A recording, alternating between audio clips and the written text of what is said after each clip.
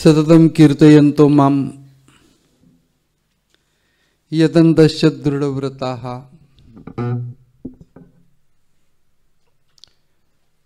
नमस्यन्तश्च मां भक्त्या नित्ययुक्ता उपासते। ज्ञानयज्ञेन चाप्यन्ये एकंदर महात्मानस्तु मां पार्थ याच्यापासून हा एकंदर श्लोकांची परंपरा जी दिव्य आहे ती सुरू झाली आहे। मी अगोदर जे सांगितलं ते सगळं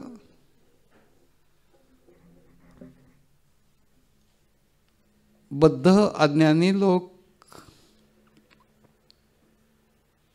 ज्याप्रमाणे वागत असतात ते सांगून ज्ञानेश्वर महाराजांनी असं म्हटलं की त्याच्यावरती विवरण करून वाणीला क्षीण होऊन गेला, म्हणून आता मी ज्ञानीपुरुषांची लक्षणं सांगतो। त्यांच्याबद्दल बोलून बोलून बोलून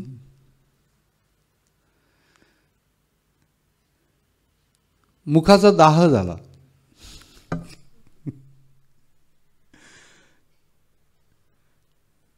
त्यामुळे आता ज्यामुळे शीतलता प्राप्त होईल असं मी बोलतो, आणि ते म्हणून महात्मानस्तु तू हा शब्द परंतु असा आहे की अगोदरचं सगळं विवरण झालं, परंतु सगळेच असं नाही आहे। जे महात्मे असतात ते कसे बसतात ते सांगून झालं। महात्मानस्तु मां पार्थ दैवीं प्रकृतीम आश्रितः भजन्त्यनन्य मनसो ज्ञात्वा भूतादिम अव्ययम्। अनन्य मनसून महात्मे मला बसतात। त्याच्यानंतर हा श्लोक आला की ते करतात काय, तर सततम कीर्तयन्तो मां, सतत माझं कीर्तन करतात।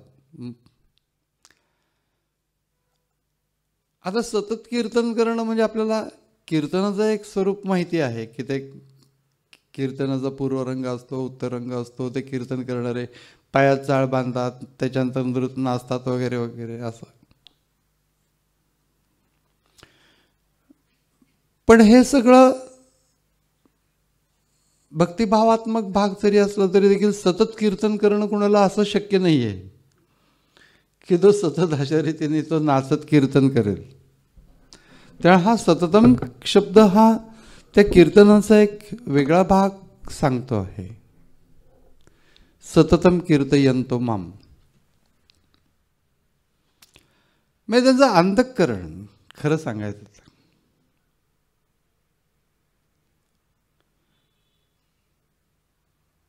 बोलू ऐसे बोल जेणे बोले विठ्ठल डोले। नामदेव महाराजांनी कीर्तनाचंच वर्णन केलं की असं बोलू की ज्या बोलण्याने विठ्ठलाला डोल येईल, मग विठ्ठलाला संतोष निर्माण होईल। मग ते सिनेमामध्ये तो विठ्ठल डोलतोय असं दाखवलं जातं। कीर्तन चाललंय आणि विठ्ठल डोलतोय असं ते दाखवलं जातं। पण प्रत्येकाच्या अंतःकरणामध्ये असलेला जो विठ्ठल आहे, जो श्रोत्यांच्या रूपाने बसलेला आहे, त्याच्या अंतःकरणामध्ये माझ्या शब्दाने डोल येईल असं त्यांना म्हणायचं आहे। डोल येणं म्हणजे असं डुलणे आनंदाने, त्याचं अंतःकरण। मग जे जे कोणी ते ऐकतील त्यांचं अंतःकरण असं आनंदाने डोललं पाहिजे।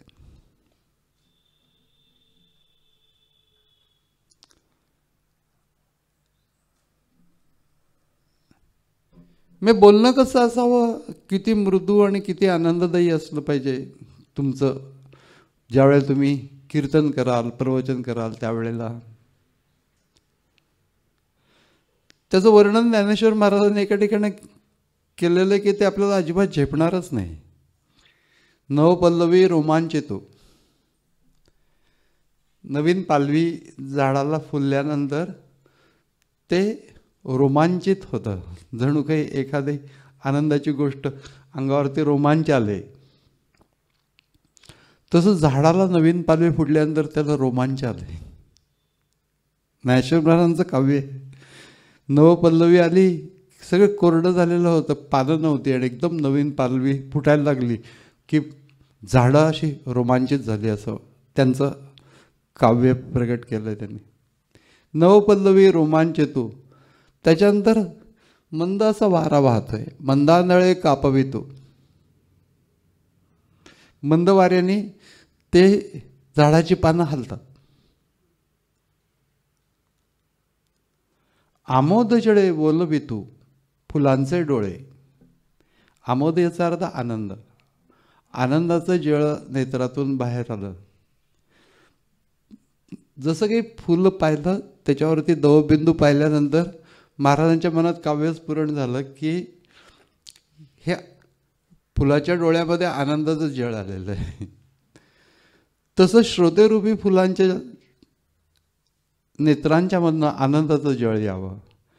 नवपल्लवी असं तुझं बोलणं ऐकल्यानंतर झालं पाहिजे. अशक्य गोष्ट आहे.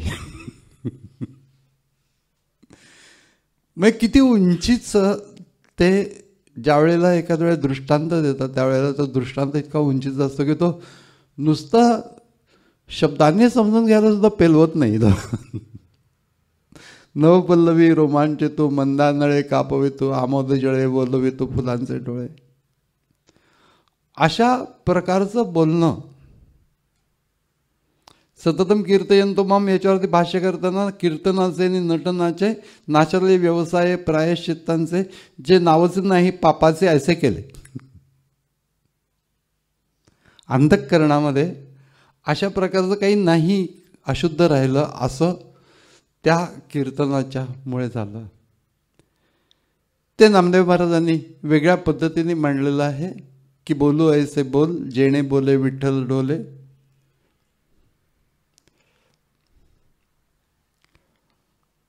आणि ते सगळं होत असताना त्यांचा पुढे त्याचा परिणाम काय होतो ते त्यांनी सांगितलं आहे त्या कीर्तनाचा. प्रेम सर्वांगाच्या ठाई. सगळ्या अंगामध्ये जणू काही प्रेम भरलेलं आहे. आणि ते वाचे विठ्ठल रखुमाई. विठ्ठल रखुमाई हे शब्द ते प्रेमच प्रगट होत आहे त्या शब्दातून. वाचेने ते प्रेम प्रगट होत आहे विठ्ठल रखुमाई या शब्दातून, बाकी काही नाही. विठ्ठल रखुमाई हे शब्द नाही आहेत, त्याच्या अंतःकरणातलं प्रेम प्रगट होत आहे. वाचे विठ्ठल रखुमाई. नाचू कीर्तनाचे रंगे. कीर्तनाच्या रंगामध्ये नाचणं हा पूर्वापार असलेला प्रघात आहे. नाचू कीर्तनाचे रंगी ज्ञानदीप लावू जगी. आणि त्याचा परिणाम सगळीकडे ज्ञानदीप लावणे आहे. हा जो परिणाम आहे ज्ञानदीप लावणे, म्हणजे नुसतंच कीर्तन आणि मनोरंजन असं त्याचं स्वरूप नाही आहे. ऐकणाऱ्याच्या अंतःकरणामध्ये प्रेम, त्याच्यानंतर त्या प्रेमासहित ज्ञानाचा उद्भव होतो आहे. ही जी स्थिती वर्णन केली महाराजांनी, नामदेव महाराजांनी, ज्ञानेश्वर महाराजांनी कीर्तनाच्या बाबतीतलं जे प्रगटीकरण केलेलं आहे, सततम कीर्तयंतो माम याच्यावरती भाष्य जे केलेलं आहे ते, त्यातलं बरंचसं भाष्य नामसंकीर्तन या स्वरूपातलं आहे. कारण केवळ कीर्तन आणि त्या कीर्तनामध्ये विशिष्ट पोशाख आणि ते नाचणं आणि ते एकंदर सगळ्यांचं मनोरंजन असं पूर्वी खूप विषय होता. हळूहळू प्रथा थोडीशी बदललेली आहे दासगणू महाराजांच्या पासून. दासगणू महाराज एकदा कीर्तनाला निघालेले होते आणि ते साईबाबांच्याकडे होते. आणि त्या कीर्तनाचा विशिष्ट वेश असायचा. तो वेश, तो अंगरखा, ती पगडी, असं ते सगळं करून असा कीर्तनकार असा एकदम ठसला पाहिजे. पहिल्यांदा त्याचं कीर्तन नाही ठसलं तरी चालेल, पण तो ठसला पाहिजे अशा प्रकारचा सगळा तर कीर्तनाचा वेश असायचा.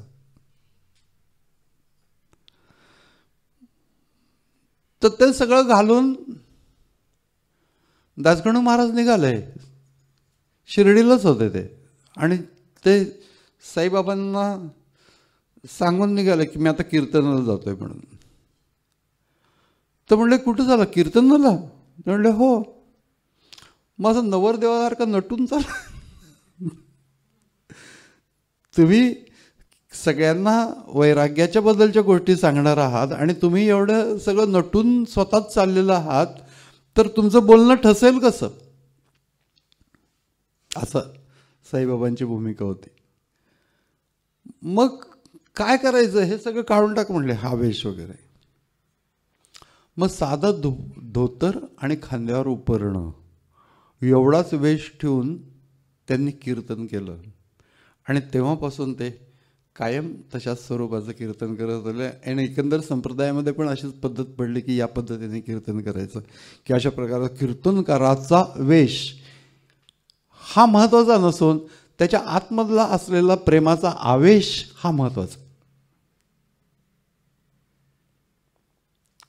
मग सततम कीर्तयन्तो माम याच्यामध्ये वैयक्तिक पातळीवरती मी सतत कीर्तन वगैरे नाही करू शकत, परंतु अंतःकरणाच्या पातळीवरती प्रत्येक व्यक्ती कीर्तन करू शकते.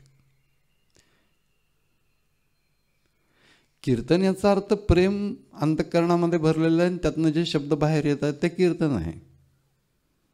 मग ते संतांच्या बद्दल असेल प्रेम, देवाच्या बद्दलचं प्रेम शब्दरूपाने प्रगट होणं हे कीर्तन आहे.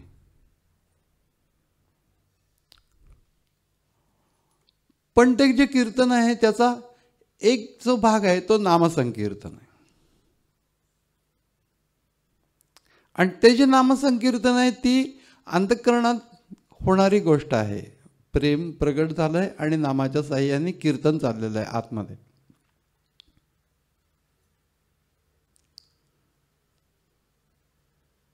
चिन्मयानंद स्वामींनी असं म्हटलं, it is a silent act. कीर्तन ही अशी बाहेर असं मोठ्यांनी करण्याची गोष्ट नाही आहे, आतमधल्या आतमध्ये होणारी शांत प्रक्रिया आहे कीर्तन. म्हणून सततम कीर्तयन्तो माम यतन्तश्च दृढव्रताः. याच्यावरती नामसंकीर्तन साधन पै सोपे हे तुकाराम महाराजांचा अभंग प्रसिद्धच आहे. ठाईचं बैसोनी करा एक चित्त, आवडी अनंत आळवावा. याहुनी आणिक असता पै साधन, वाहत असे आणा विठोबाची. तुका म्हणे सोपे आहे सर्वाहुनी. सगळ्या साधनांच्या पेक्षा हे सोपं आहे. शहाणा तो धणी घेतो येते, त्याच्यामध्ये आवड लावून घेतो. शहाणा जो असतो तो म्हणजे आतमध्ये कीर्तन चाललेलं आहे, ही जी आंतरिक स्थिती आहे ज्याच्यामध्ये परमेश्वराशी चित्त युक्त होऊन राहतं नामाच्या साह्याने. आणि त्याचं वर्णन महाराजांनी खूप अप्रतिम केले. माझे नि नामघोषे नाहीच करती विश्वाचे दुःखे, अवघे जगची महासुखे दुमदुमीत भरले.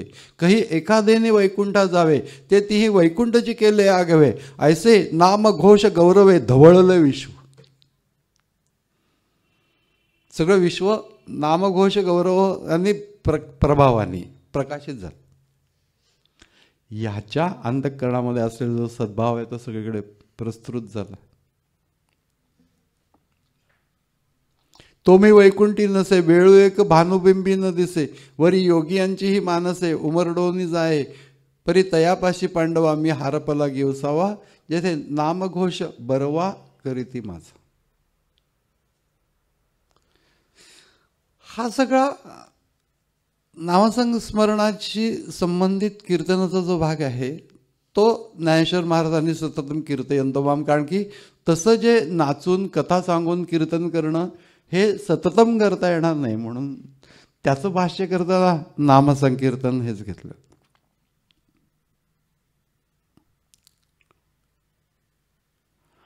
म्हणजे महात्मे अशा प्रकारे कुठल्या प्रकारची उपासना ते करतात, तर खरं तर त्यांना काही उपासना बिपासना करण्याची आवश्यकता नाही, कारण की ते ज्ञानस्वरूप होऊन गेलेले असतात. परंतु महात्मे याच्यामध्ये प्रगत साधक, अतिप्रगत साधक असं म्हणायला सुद्धा हरकत नाही, ते पण इन्क्लुडेड आहेत अशा भूमिकेतनं महाराजांनी भाष्य केलेलं आहे. म्हणजे कधी कधी आपल्याला लक्षात घेतलं पाहिजे की जेव्हा आम्ही सब्जेक्ट मांडू त्यावेळेला त्याच्या पाठीमागे भूमिका काय आहे ही पण जरा लक्षात घ्यायला पाहिजे. इथं नुसतं ज्ञानीपुरुष नाही आहे, ज्ञानीपुरुष पण आहे, पण प्रगत साधक पण आहे त्याच्यामध्ये. म्हणून सततम कीर्तयंतो माम याच्यामध्ये हे सहज लक्षण आहे ज्ञानीपुरुषांचं, आणि साधकाचं हे प्रयत्न लक्षण आहे की अंतःकरणामध्ये तो प्रयत्न ठेवणे. आणि पुढचा जो श्लोक आहे तो अजून अवघड आहे. ज्ञानयज्ञेन चाप्यन्ये यजंतो माम उपासते. ज्ञानयज्ञानी माझी उपासना करतात. महात्म्यांचंच चाललेलं आहे वर्णन. एकत्वेन पृथक्त्वेन बहुधा विश्वतो मुखम. ह्याचं विवरण करणं अतिशय अवघड आहे. एकत्वेन पृथक्त्वेन, एकत्वेन तरी म्हणा किंवा पृथक्त्वेन तरी म्हणा, एकत्वेन माझी उपासना करतात असं म्हणणं सोपं आहे, पण पृथक्त्वेन पण करतात आणि एकत्वेन पण करतात म्हणजे काय असेल? म्हणजे अद्वैत असेल का द्वैत असेल अशा प्रकारचं मनामध्ये येऊन जातं विवरण करताना. सर्वसाधारणपणे आपण हे वाचतच नसल्यामुळे आपल्याला काही त्रास नाही, पण विवरण करताना हा प्रॉब्लेम निर्माण होतो की एकत्वेनं का पृथक्त्वेनं, नक्की काय ते सांगा ना. की देव वेगळा मी वेगळा हा पृथक्त्व, त्यात खूप मजा असते खरं तर. म्हणजे ते एकदम भावनिक पातळीवरती जाता येतं, त्याला आपल्याला निरनिराळ्या गोष्टी मागता येतात, त्याला सांगता येतं आपल्याला की मला सांभाळ वगैरे. खूप प्रॉब्लेम्स आहेत आता अलीकडे. हे सगळं त्याच्याशी बोलता येतं, भावनाला वाट मोकळी करून देता येते. हे पृथक्त्वेनं असलं तर खूप छान आहे, पण एकत्वेनं हा त्याच्यामध्ये मागणं कुठं आलं? एकत्वेनं असल्यानंतर काहीच नाही. ज्ञानेश्वर महाराजांनी याचं विवरण करताना असं म्हटलंय की एकत्वेनं आणि पृथक्त्वेनं हे म्हणजे कसं आहे माहिती आहे की एक झाड आहे आणि त्याच्या अनेक शाखा आहेत. शाखांच्या दृष्टीने बघितलं तर ते पृथक आहे, परंतु तसं पाहिलं तर ते एकच आहे. एकत्वेनं पृथक्त्वेनं म्हणजे हे अशा प्रकारचे दृष्टांत देणं हे महाराजांचंच काम आहे. बाकी एकत्वेन पृथक्त्वेन बहुधा विश्वतो मुखम. हे जे आहे, किंवा म्हणलं की एकच देह आहे पण त्याचे वेगळे वेगळे अवयव आहेत. आता हे पृथक आहेत की नाही? अवयव पृथक आहेत, पण ते एकच आहे की नाही? एकच आहे. एकत्वेनं पृथक्त्वेनं हे असं आहे. म्हणून ज्ञानेश्वर महाराजांचं दृष्टांत बघितलं तर मूळ मध्यवर्ती गोष्ट सोडतच नाहीत काही झालं तरी. म्हणजे एकात्मभाव जो आहे तो सोडत नाही, पण त्याच्यामध्ये या सर्व गोष्टी जे विविधता दिसते. म्हणून ज्ञानयज्ञ हा जो भाग विवरण केलेला आहे महाराजांनी, तर यज्ञाच्या सगळ्या गोष्टी घेतल्या. तिथं ते यज्ञाचा असा एक खांब रोवलेला असतो, पहिल्यांदा युप म्हणतात त्याला. यज्ञाचा खांब रोवलेला असतो. त्याच्यानंतर ते यज्ञकुंड असतं. असे वेगळ्या वेगळ्या गोष्टी असतात. हवनद्रव्य असतं, तूप असतं, ते मध्ये ज्वाळ पेटवलेली असते आणि त्याच्यामध्ये ते घालायचं असतं मंत्रांच्या साह्याने. या सगळ्याला महाराजांनी असं काही अप्रतिम दृष्टांत दिलेले आहेत की हे जे मूळ संकल्प आहे, ज्याच्यामुळे विश्व किंवा सृष्टी निर्माण झाली, तो मूळ संकल्प असं म्हटलं जातं त्याला. तोच युप आहे, तो खांब आहे की आता यज्ञ चालू झाला. त्याच्यानंतर त्याच्यामध्ये कुंड कुठलं आहे? मनबुद्धी. अजून कुठलं कुंड आहे? मनबुद्धीचं कुंड आहे त्याच्यामध्ये. मग त्यामध्ये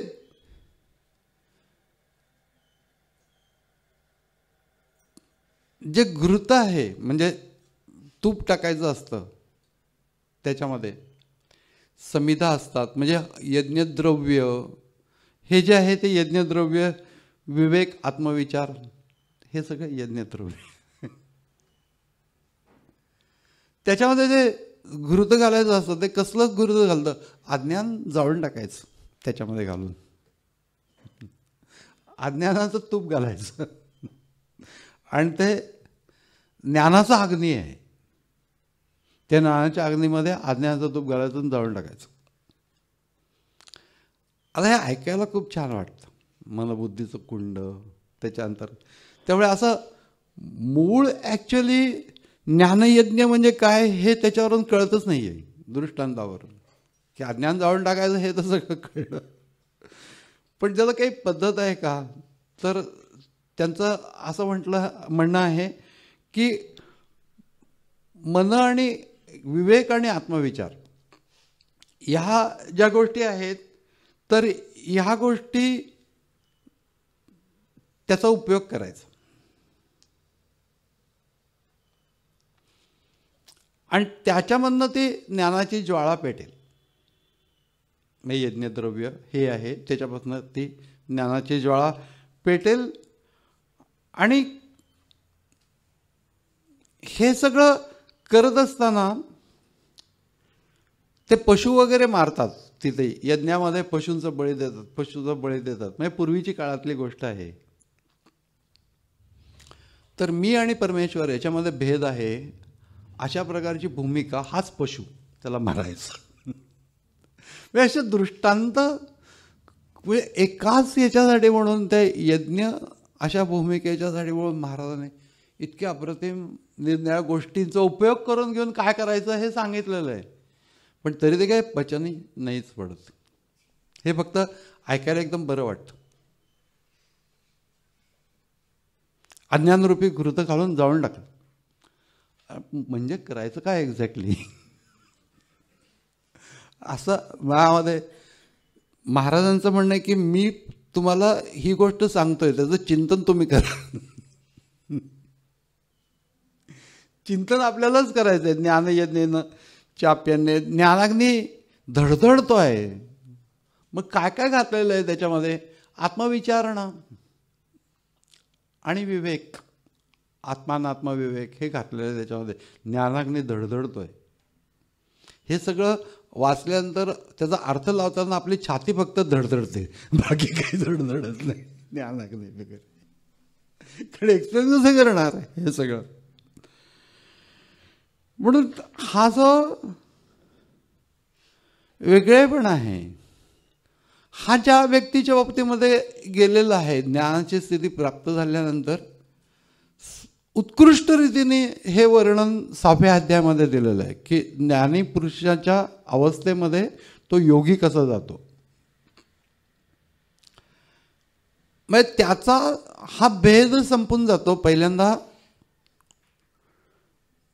आत्मस्वरूप त्याला प्राप्त होतं, म्हणजे आत्मस्वरूपाची स्थिती त्याला प्राप्त होते. त्याने ते पूर्ण होत नाही. आत्मस्वरूप आणि विश्वस्वरूप हे एकच आहे असं त्याला नॅचरली बोध होईल आत्मस्वरूप स्थिर झाल्यानंतर, त्याचं ज्ञान स्थिर झाल्यानंतर. पण आत्मस्वरूपाची प्राप्ती योगातनं होते, त्यामुळे त्याची ती जी लिंक आहे ती तोडता येत नाही. एकदम विचार करत बसला आणि का आत्मस्वरूप प्राप्त झालं असं होत नाही. विचाराने आत्मस्वरूप प्राप्त झाल्यासारखं वाटलं तरी ते टिकत नाही. म्हणून योगाशी संबंधित आहेच आहे, पण आत्मस्वरूप प्राप्त झालं तर योग हे डेस्टिनेशन नाही आहे. योग ही प्रक्रिया आहे आणि ज्ञान हे डेस्टिनेशन आहे.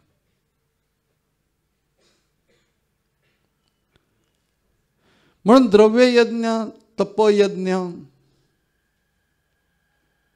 हे सगळेच अगोदरचे आहेत. योगयज्ञ सुद्धा. आणि त्यांच्या पलीकडं जे आहे ते म्हणजे ज्ञानयज्ञ आहे. म्हणजे ज्ञानाची स्थिती, ही ज्ञानाची स्थिती आणि योगाची स्थिती याच्यामध्ये संबंध आहे. म्हणजे आत्मस्वरूप प्राप्त होणं, योगाच्या स्थितीमधनं आत्मस्वरूपाचं ज्ञान प्राप्त होणं, तेच विश्वामध्ये सर्वत्र आहे असं जाणणं. म्हणजे तो आणि विश्व ह्याच्यामध्ये असलेला जो भेद आहे ते संपून जातं. म्हणजे विश्वरूप तत्व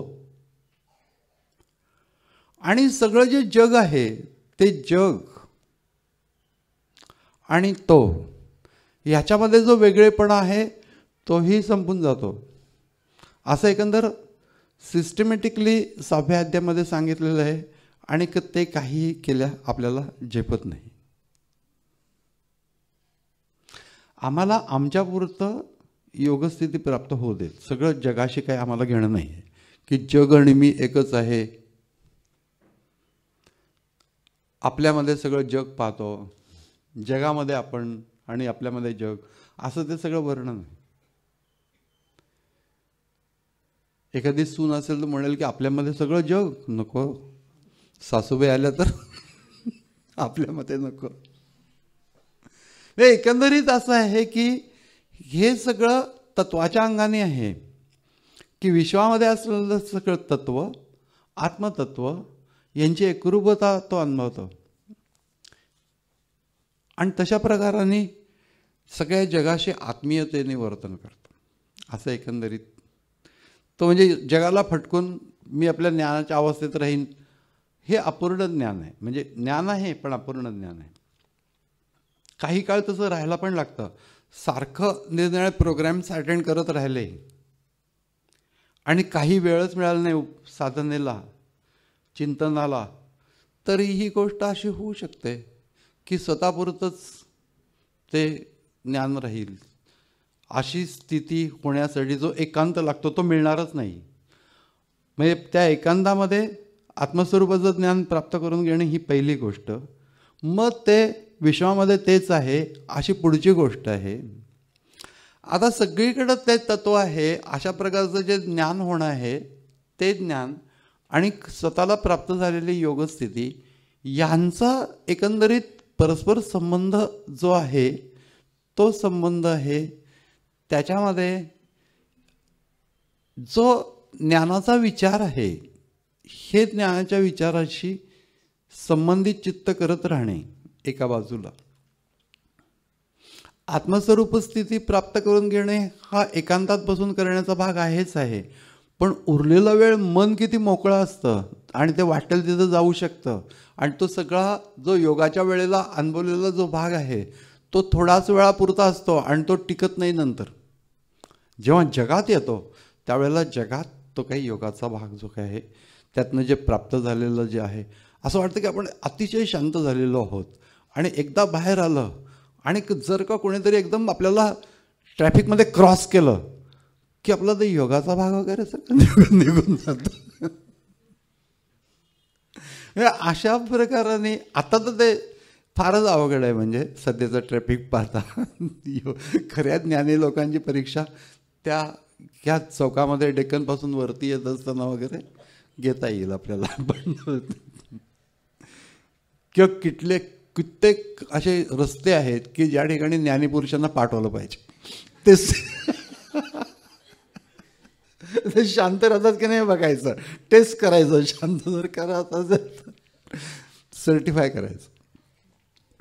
मग जगत व्यवहारामध्ये सुद्धा असताना तो आंतरिक ज्ञानाच्या स्थितीमध्ये असणे आणि विश्वरूपाने सुद्धा मीच आहे अशा प्रकारच्या भूमिकेमध्ये येणे ही गोष्ट खूप पुढची आहे. आपण फक्त वैचारिक दृष्टीने ती समजून घेत आहोत. असं होणं म्हणजे मी अशी जी शरीराला लागून असलेली भूमिका असते ती पूर्णच नष्ट होऊन जाणे आणि विश्व तादात्म्य प्राप्त होणे असं खूप क्वचित महात्म्यांच्या जीवनामध्ये बघायला मिळतं.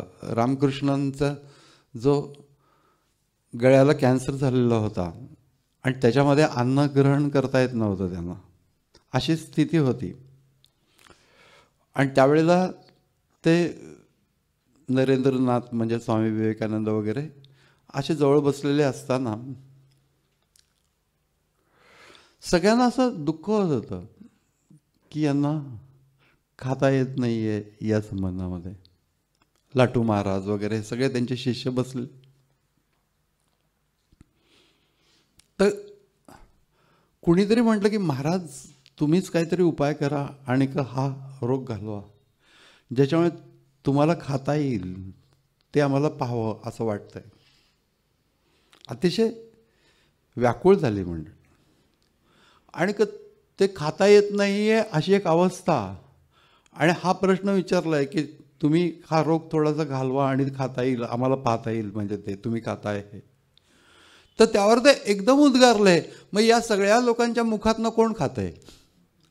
आता ही जी आहे ती विश्वतादात्म्यता आहे. अशा अवस्थेमध्ये हे ज्ञान प्रगट होणं, काय करणार बघ ना, कितीतरी झालं खाताच येत नाहीये, सारखी तक्रार करत राहणे, काही तक्रार नाही आहे त्याची. त्यांच्या मनामध्ये हा भाव आहे की सगळ्यांच्या मुखातनं मीच खातोय. तादात्म्यता, विश्वतादात्म्यता असं कधी कधी या प्रसंगांच्या वरनं प्रकट होतं. मग त्या स्थितीचं इमॅजिनेशन जर का केलं तर आपल्याला कळेल की ॲक्च्युली काय होत असलं पाहिजे. खाता येत नाही आणि अशी शरीराची स्थिती, खाण्याची आवश्यकता पण आहे, गळ्यातनं खाली उतरत नाही आहे, असं ते सगळं होत असताना अशा प्रकारच्या बोलण्यावरती असं उत्तर देणं शक्यच नाही आहे. हे ज्ञानीपुरुष सोडून दुसरं कोणी असं उत्तर नाही देऊ शकत. परिपूर्णतेला पोचलेला महात्मा. ही जी गोष्ट आहे, या गोष्टीच्या संबंधामध्ये ज्ञानाच्या अवस्थेमध्ये तो योगी कसा जाईल हा मोठा प्रश्न आहे. कारण की योगी तो आत्मस्थितीवरती एकांतात ध्यान करून आत्मस्थिती स्पष्ट करून घेणे, स्वरूप.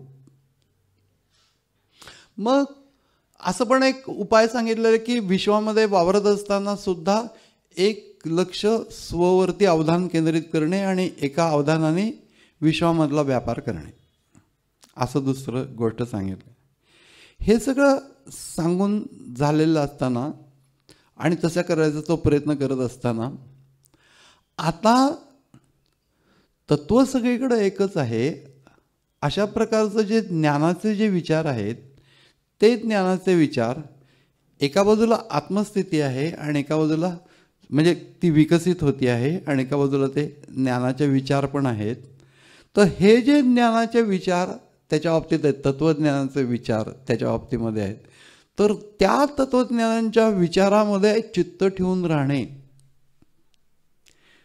आत्मस्थिती हा योगाचा परिणाम आहे. आणि या तत्वज्ञानाचे जे एकंदर धारणा आहेत त्या धारणांच्यामध्ये चित्त ठेवून राहणे, तत्व स्वरूपाशी जो ज्ञानविचार जोडलेला आहे त्या ज्ञानविचारामध्ये चित्त राहणे, हा जो आहे की योग आहे एका बाजूला आणि एका बाजूला ज्ञानविचार आहे. आणि असं करत करत करत करत ज्ञानाच्या भूमिकेतनं अंतःकरण व्यापलं जाणे पूर्णपणाने. कारण की योगाची स्थिती ते धारण करायला योग्य होऊन जाते योगाच्या स्थितीने, ते ज्ञान. आणि हे जे ज्ञान धारण करण्याची प्रक्रिया आहे, ज्या व्यक्तीला योगस्थिती साधलेली आहे त्याची ज्ञान धारण करण्याची जी प्रक्रिया आहे, ती ज्ञान धारण करण्याच्या प्रक्रियेला ज्ञानयज्ञ असं म्हटलेलं आहे. कारण की त्याच्यामध्ये काही करणं आहे, म्हणजे एकदमच नुसतं योग आहे आणि त्याच्यानंतर सगळं अंतिम स्थिती त्याच्यातनं प्राप्त होईल असं नाही आहे. विकसित होण्याच्या मार्गामध्ये त्यांनी योगस्थिती प्राप्त करून घ्यायलाच पाहिजे.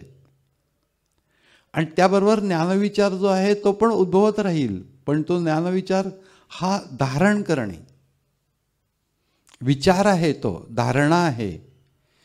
ती ज्ञानधारणा पण म्हणजे अंतःकरण त्या ज्ञानधारणेने आणि योगस्थितीने व्यापून गेलेलं आहे. आणि योगस्थिती तर आहेच आहे, कारण की त्याला ते दररोजचीच अशी ती एकंदर क्रियात्मक भाग आहे तो सांभाळला जातोय, सहज सांभाळला जातोय, अशी स्थिती आहे. पण योगाचा जो पुढचा भाग आहे तो ज्ञान आहे. आणि त्या एकंदर एकांतातल्या अवस्थेमध्ये चित्तावरती काही नाही अशा स्थितीमध्ये जे काही स्वचं ज्ञान होतं, ज्ञानाचं इम्प्रेशन पडतं, ते जे इम्प्रेशन आहे अंतःकरणावरती पडणारं की हे असं आहे, ते इम्प्रेशन हेच नॉलेज, ज्ञान आहे. काही चित्तावरती नाही आहे आणि केवळ स्वस्वरूपाची जाणीव आहे जी ज्ञानमय आहे. आणि ती जाणीवही विलीन होऊन गेलेली आहे. आणि या सगळ्या गोष्टीला अंतःकरण साक्ष आहे, परंतु ते तिथं गपचूप आहे. त्याच्यावरती त्या स्थितीचा ठसा तर उमटेलच की नाही. जे जे काही अनुभवलं ते सगळं त्या अंतःकरणावरती इम्प्रेशन त्याचं पडतं. त्या स्थितीवरचा जो ठसा आहे तो जो अंतःकरणावरती होतो तो ज्ञानमय असतो. पण तो योगाच्या काळापुरता मर्यादित राहतो. आणि मग नंतर मग पुढे ती योगाची अवस्था परस्यू करणे, एका बाजूला स्वरूपाचं अनुसंधान करून, आणि दुसऱ्या बाजूला जो एकंदर व्हेकंट पार्ट आहे त्याच्यामध्ये तत्त्वज्ञानाच्या धारणा असणे, आणि त्या दोन्ही गोष्टींनी अंतःकरणाची ज्ञानमय समृद्धी होऊन जाणे. ही जी ज्ञानमय समृद्धी होती अंतःकरणाची, त्याच्यासाठी म्हणून योगाची आवश्यकता तर आहेच आहे. कारण की शुद्ध कसं होणार चित्त, म्हणजे योगम आत्मविशुद्ध आहे, अशा प्रकारचं विशुद्ध अंतःकरण होणं की ज्याच्यावरती काहीच नाही आहे आणि ईश्वर भाव आहे किंवा आत्मभाव आहे. पण शेवटी संबंध काळ जर का बघितला दिवसाचा, तर त्याच्यामध्ये ही योगस्थिती प्रत्यक्षपासून करण्याची ही थोडाच वेळाची गोष्ट आहे. व्यवहारात सुद्धा करत असताना तो व्यवहारही चालू आहे आणि योगस्थिती, आणि मग ज्ञानाची स्थिती त्याच्या पलीकडची आहे असं जे म्हटलं जातं की ज्या वेळेला योगस्थिती एकदम परिपूर्ण आहे आणि त्यानंतर अंतःकरणामध्ये जे आतमध्ये असलेलं तत्व आहे तेच विश्वामध्ये आहे, अशा प्रकारची भूमिका विकसित होणे, हा जो मधला काळ आहे त्या काळामध्ये काही जे आंतरिक प्रयत्नांनी इतर काही येऊ न देणे आणि ते तत्व धारणा सांभाळत राहणे, अशी जी भूमिका आहे त्या भूमिकेच्या मध्ये ती व्यक्ती वावरत असते. आणि हा जो यज्ञ आहे एक प्रकारचा, त्याला ज्ञानयज्ञ असं म्हटलं जातं. म्हणून योगयज्ञाच्या पेक्षा ज्ञानयज्ञ श्रेष्ठ आहे. असं त्याला काही ज्ञानयज्ञाला काही बाह्य प्रक्रिया नाहीच आहे की एक कुंड केलं, त्याच्यामध्ये काहीतरी हवन केलं, अमकं केलं, तमकं केलं, असं असतं तर बरं झालं असतं आणि एकदम ज्ञान झालं, त्याच्यामुळे त्या ज्योती दिसल्या आणि त्या ज्योतीतनं ज्ञान झालं, असं असतं तर खूपच छान झालं असतं. खूप लोक ज्योती काढत बसले असते. बरं तसं होत नाही. खूप लोकांनी प्रयत्न करून झाले, पण ते उपनिषदांच्या मध्ये स्पष्ट करून सांगितलेलं आहे की मोठमोठे यज्ञशाळा चालवणारे शौनक ऋषी हातामध्ये संवेदा घेऊन, त्याच्यानंतर ते जे आत्मज्ञानी पुरुषांच्याकडे ज्या वेळेला जातात त्यावेळेला असं लक्षात येतं की ह्या यज्ञांच्या मधनं ते ज्ञान नाही प्राप्त होत. ते केवळ ज्ञान प्राप्त झालेली व्यक्तीच सांगू शकते की कसं होतं ते. म्हणून या सर्व गोष्टी ज्या आहेत त्या स्वतःच्या बाबतीमध्ये स्वतःला लावून बघणे हे आवश्यक आहे. कारण की निरनिराळ्या प्रकारच्या कथा ऐकून आम्हाला फक्त एक उत्साह निर्माण होतो, प्रेरणा निर्माण होते, परंतु प्रत्यक्षात मलाच ती स्थिती अनुभवायची आहे असं करत असताना योगस्थिती एकांतामध्ये अनुभवणे आणि बाह्य जीवनामध्ये ज्या वेळेला ती व्यक्ती वावरत असेल त्यावेळेला ती जी विस्कळीत होते, तो विस्कळीतपणा अंतःकरणाचं निर्माण न होता ज्ञानस्थिती राहील अशाच प्रकारच्या धारणा अंतःकरणामध्ये ठेवून ती परिपक्व करत राहणे, या गोष्टीला ज्ञानयज्ञ असं म्हटलेलं आहे. पण योगस्थिती आहे असं गृहीत धरून ते बोललेलं आहे. ती केवळ वैचारिक अवस्था नाही आहे. नाही तर मग वैचारिक अवस्था असलेले विद्वान भरपूर आहेत.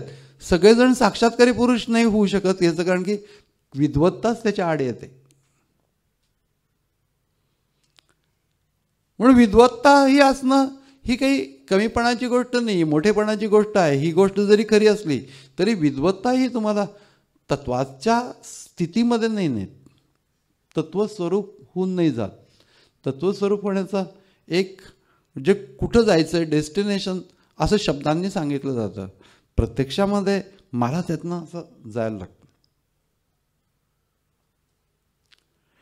हा सगळा जो मार्ग आहे जो सूक्ष्मामध्ये जातो, योगस्थिती प्राप्त करून घेतल्यानंतरचा जो मार्ग आहे लवकर लवकर होतं. कारण की योगस्थिती हा आधारभूत गोष्ट आहे, पण ती ऑल द टाईम नाही राहत आहे.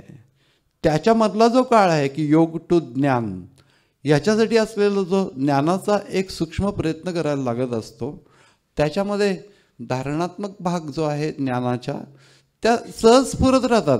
पण त्या स्फुरणांना महत्त्व देऊन त्याच्यामध्येच राहण्याचा प्रयत्न करणे ही जी गोष्ट आहे, ही त्या ज्ञानाच्याच अवस्थेमध्ये योगाच्या साहाय्याने सारखं एकांतामध्ये योगस्थितीमध्ये बसणार कसं?